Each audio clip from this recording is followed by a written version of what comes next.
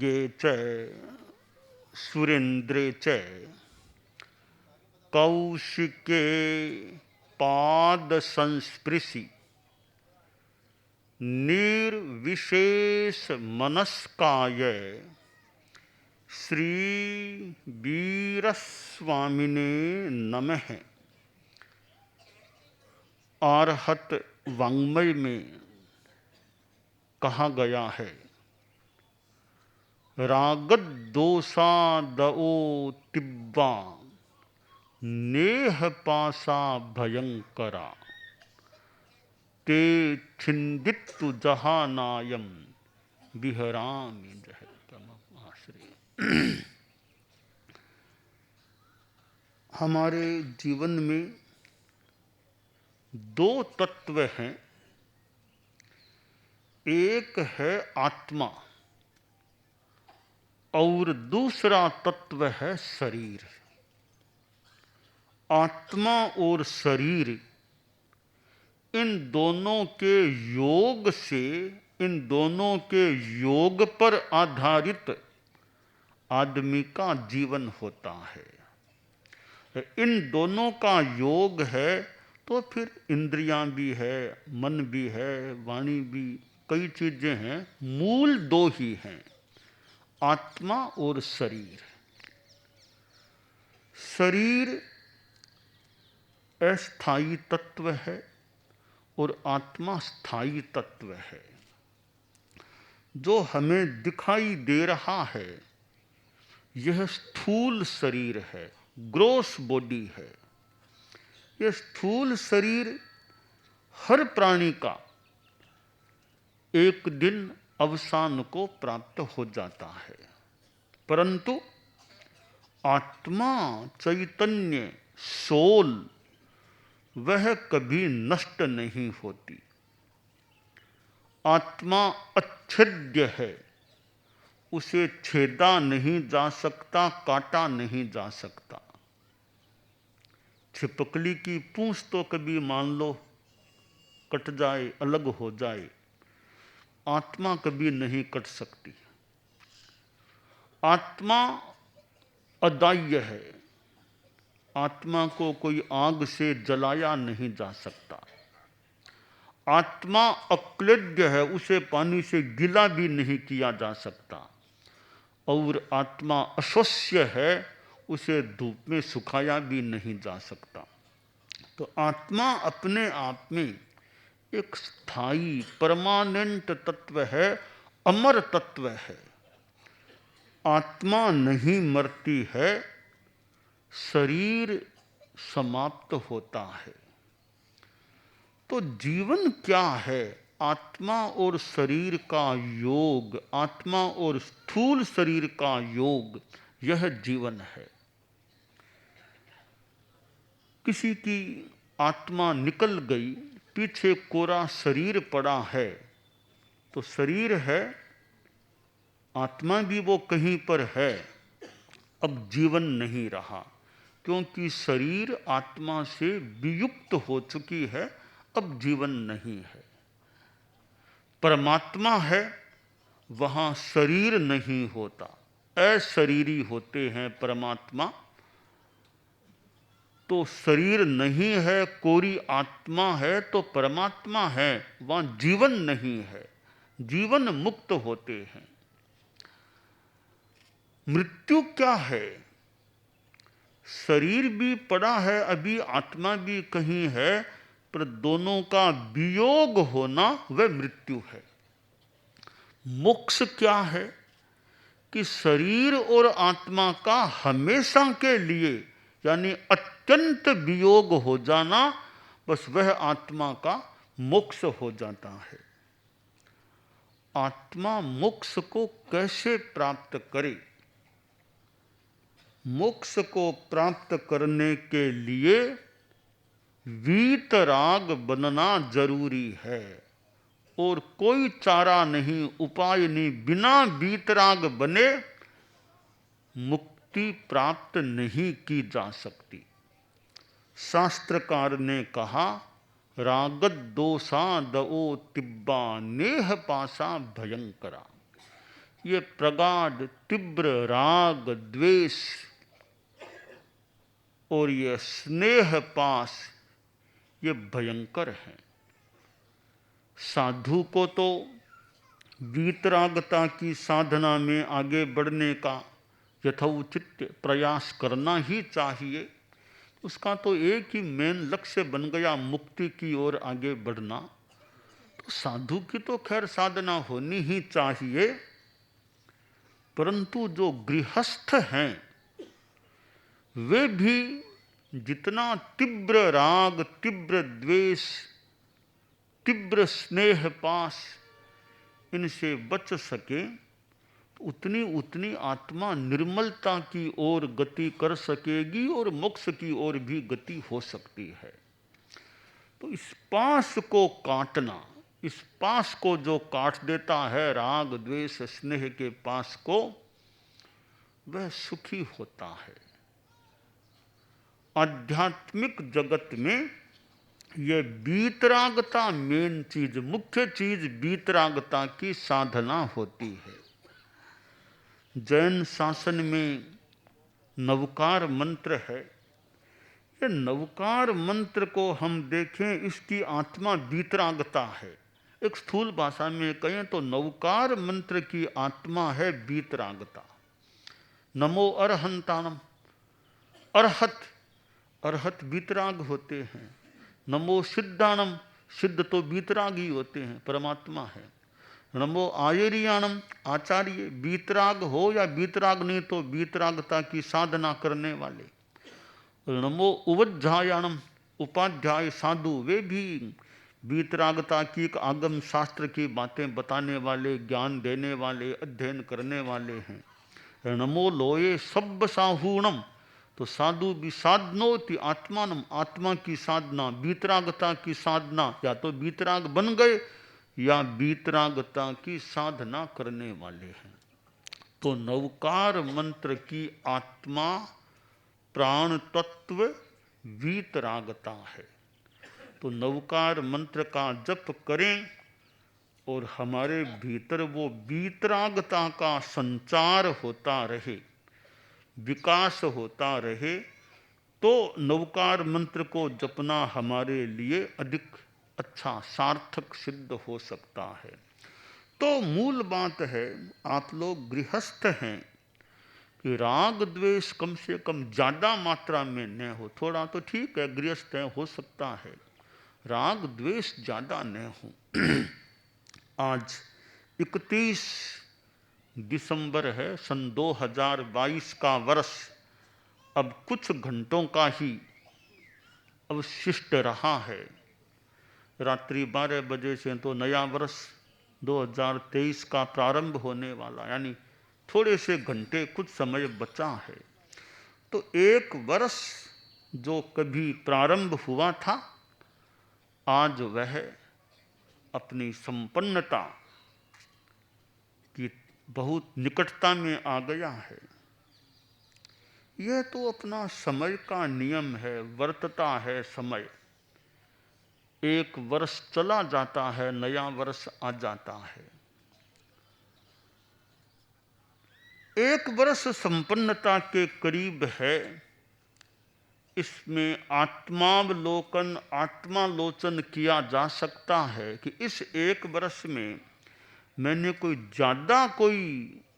राग द्वेष का गलत काम तो नहीं कर लिया है ना।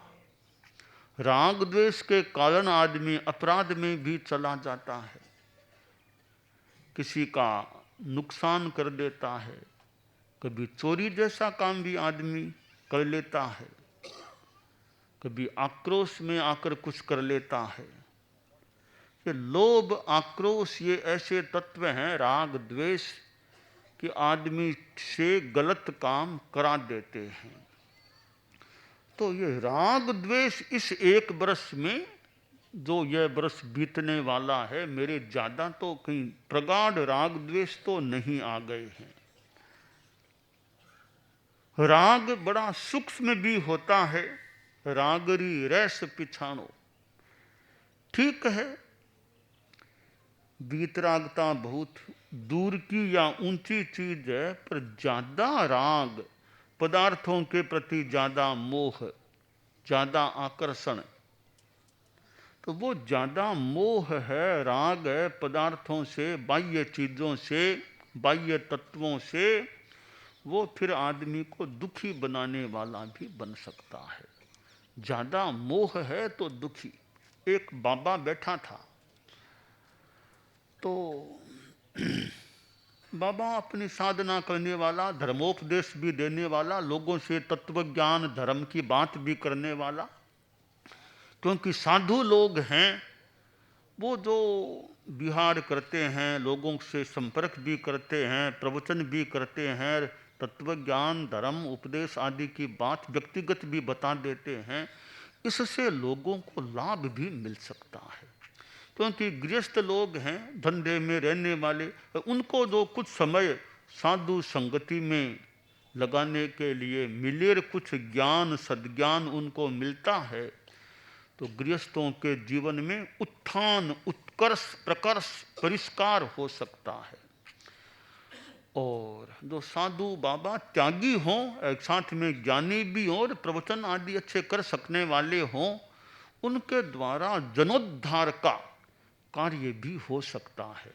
परम पूज्य आचार्य भिक्षु को देखें, उन्होंने कितनों को बताने का, प्रवचन का कितना प्रयास किया होगा। खैर उनको इतना साक्षात हमने इस रूप में नहीं देखा। आचार्य तुलसी को तो हमने देखा है, कितनी तो यात्रा की। हमारे धर्म संघ में कोलकाता पधारने वाले वे पहले आचार्य थे। दक्षिण भारत की यात्रा करने वाले वे पहले आचार्य थे। उनसे पहले और किसी भी आचार्य प्रवर ने न कोलकाता की यात्रा की, न दक्षिण भारत की यात्रा की। तो कितनी लंबी दूरी की उन्होंने यात्राएं की थी। और केवल यात्राएं ही नहीं, कितना एक धर्म प्रचार का कह दें, प्रवचन आदि का, जनसंपर्क का वो कार्य, और भी कहाँ कहाँ पधारे थे। भारत में कितना उन्होंने भ्रमण किया था। राजनेताओं से भी उनका संपर्क होता और ग्रामीण जनता से भी उनका संपर्क हो जाता। स्थूल भाषा में मानो गरीब की झोंपड़ी, गरीबों से लेकर राष्ट्रपति भवन या इतने बड़े बड़े राजनेताओं तक उनका संपर्क भी हो जाता। तो धर्म की, नैतिकता की, संयम की ऐसी बातें। प्रवचन करते कितना उन्होंने प्रवचन किया। परम पूज्य आचार्य महाप्रज्ञ जी अहिंसा यात्रा उन्होंने की, ठेठ मुंबई तक पधार गए थे। अहिंसा यात्रा के अंतर्गत कहाँ खानदेश, मध्य प्रदेश, गुजरात में 2 चतुर्मास कर दिए थे। यूँ जगह कई जगह पधारे थे और प्रवचन भी करते, उनका साहित्य भी था। और फिर यह संस्कार चैनल ऐसा कोई माध्यम बन गया कि दूर बैठे भी लोग सुन लेते, देख लेते। तो ये संतों की वाणी से लोगों का उद्धार होने का मार्ग भी प्रशस्त हो सकता है। तो बाबा बैठा था, एक कोई सेठ आ गया, तो बाबा ने कोई तत्व ज्ञान धर्म की ऐसी बातें शुरू की। तो बाबा और सेठ की बात हो रही थी, इतने में सेठ का बड़ा बेटा आया। बोला बापूजी चलो घर चलो, घर चलो। क्यों बेटा? कि अपने घर में आग लग गई है, घर चलो घर चलो। वो तो कह के चला गया बेटा। तो अब वो सेठ थोड़ा प्रौढ़ उम्र का था और वो घर में आग लग गई है, बात ऐसी दिमाग में बैठी आई। वो तो रोने लग गया बाबा के सामने, भूं भूं बच्चे की तरह रोने लग गया। तो बाबा थोड़ी उसे सांत्वना और देने, समझाने का प्रयास कर रहा था। 5-7 मिनटों बाद उसका छोटा बेटा आ गया। वो देखा कि बाबा के पास बापूजी, पिताजी बैठी हैं, रो रही हैं। पूछा पापा, पिताजी क्या हुआ? ऐसी कोई शरीर में तकलीफ है, क्या हुआ? तो बेटा वो बड़ा आया था, उसने कहा कि अपने हमारे घर में अपने आग लग गई है ना, तो बहुत ही नुकसान की बात हो गई, आग लग गई है ना। तो वो छोटा बोला बाबूजी कौन सा घर? वो अपना पुराने वाला घर था ना, उसमें कहा कि आग लग गई है। कि पिताजी वो घर तो हमने बेच दिया था ना, वो तो हमने उसको आदमी को बेच दिया था, हमारा कहाँ है वो घर? हमारा नहीं, ना ना हमारा नहीं है। तो सेठ का रोना बंद हो गया कि घर हमारा नहीं है, उसका जला होगा, हमारी क्या मतलब। रोना बंद हो गया। अब फिर शांति से बातें शुरू करने लग गया बाबा से। फिर 10 मिनट बीते, फिर बड़ा आ गया कि पिताजी आप आए नहीं क्या? मैंने कहा था ना जल्दी आओ, आग लग गई है। ये छोटा आया था और उसने कहा कि वो घर तो बेच दिया था और हमारा नहीं। नहीं पिताजी, बेचने की बात हो रही थी, रजिस्ट्री नहीं अभी तक, अभी काम अंतिम होना बाकी है, अभी हमारा ही मालिकाना है, हमारा हमारा ही है। फिर सेठ का रोना शुरू हो गया। तो बाबा ने देखा रे रोना बीच में या खुश ठीक हो गया, फिर वापिस रोना हो गया। यह क्यों हुआ रोना? वो मोह पदार्थों से अपना ममत्व है तो रोना है। कि ममत्व मोह स्नेह पास जो ज़्यादा होता है तो फिर आदमी को दुख भी होना बहुत संभव है। तो शास्त्र में कहा रागत दोषा दो तिब्बा नेह पासा भयंकरा। ये तीव्र प्रगाढ़ राग द्वेष स्नेह ये पास हैं, जाल हैं। इन जालों को काट करके आदमी आत्मस्थ रह सकता है, सुख में रह सकता है। तो आप लोग जो गृहस्थ हैं, यूँ तो खैर संसार है तो एकदम वो छूटना कठिन हो सकता है, फिर भी मन में जितनी समता अनासक्ति कि घर है ठीक है, मेरा मालिकाना है, आखिर घर तो साथ में जाने वाला नहीं है, यह संपत्ति भी साथ में नहीं जाएगी। अभी ठीक है व्यवहार है, मैं मालिक हूँ, दायित्व भी है, परिवार को भी चलाना है, परिवार का भरण पोषण भी, तो मकान भी चाहिए, दुकान भी चाहिए, पैसा भी, तो ये रखने हैं, पर आखिर मेरा नहीं है। आखिर परिवार भी आखिरकार में मेरा नहीं, मेरा जिम्मा है सेवा करने का, संभालने का, वो मुझे निभाना है अभी। आखिर मेरी तो आत्मा मेरी है, तो मैं अपनी आत्मा के कल्याण के लिए जागरूक रहूं। अब जैन शासन में जो लोग हैं तो अपनी भाव भी शुद्ध रहें, धार्मिक साधना जितनी हो सके भी, सामायिक की साधना है कि सामायिक मेरे कितनी होती है, रोज एक सामायिक भी हो जाए और सुबह सुबह हो जाए अमृत वेला, सुबह 4, 5, 6, 7 बजे नाश्ता लेने से पहले पहले एक सामायिक हो जाए, मानो वो तो बहुत ही बढ़िया समय है। नाश्ता बाद में, पहले एक सामायिक, बाकी तो गृहस्थ हैं, कभी कामकाज हो जाए तो हो जाए। सामान्यतया जहाँ तक हो सके भी एक सामायिक मेरी सुबह सुबह हो जाए, बाकी बाद में टाइम मिले न मिले, सुबह सुबह की सामायिक हो जाए, एकदम नीरव माहौल, ज़्यादा हो हल्ला नहीं, शांति का समय है, वो हो जाए। फिर रोज का तो टाइम नहीं मिलता, युवक है किशोर है, रोज तो टाइम नहीं है, तो सप्ताह में एक कर लो। हमारे तेरापंथी श्रावक श्रावक कहीं शनिवार की शाम को कर लो, 7 से 8 के बीच में वो कर लो। तो जितना भी धार्मिक चर्या भी मेरी चलती रहे, संसार का काम भी ठीक है, दायित्व है वो भी निभाना होता है। तो संसार में रहते हुए भी कमल की तरह निर्लेप, शास्त्र में कहा गया जहां पोम्मम जले जायम नोवलिप्पई वारिणा, जहां पोम्मम पद्मम, पद्म जैसे कमल पानी में रहते हुए भी निर्लेप रहता है, वैसे ही गृहस्थ संसार में घर में रहते हुए भी, परिवार में रहते हुए भी, कुटुंब का परिपालन करते हुए भी, कुटुंब के मुखिया की भूमिका निभाते हुए भी निर्लेप जितना रह सके, अनासक्त रहने का प्रयास करे, तो हमारी आत्मा मुक्ति की ओर, यानी आप गृहस्थों की भी आत्मा मुक्ति की ओर अग्रसर होने में सुविधा हो सकती है। तो ये तीव्र, थोड़ा राग द्वेष तो मान लो, तीव्र राग द्वेष स्नेह ये 5 हैं, इनसे आदमी बचने का प्रयास करे, ये प्रशस्त मार्ग है, कल्याण का मार्ग है।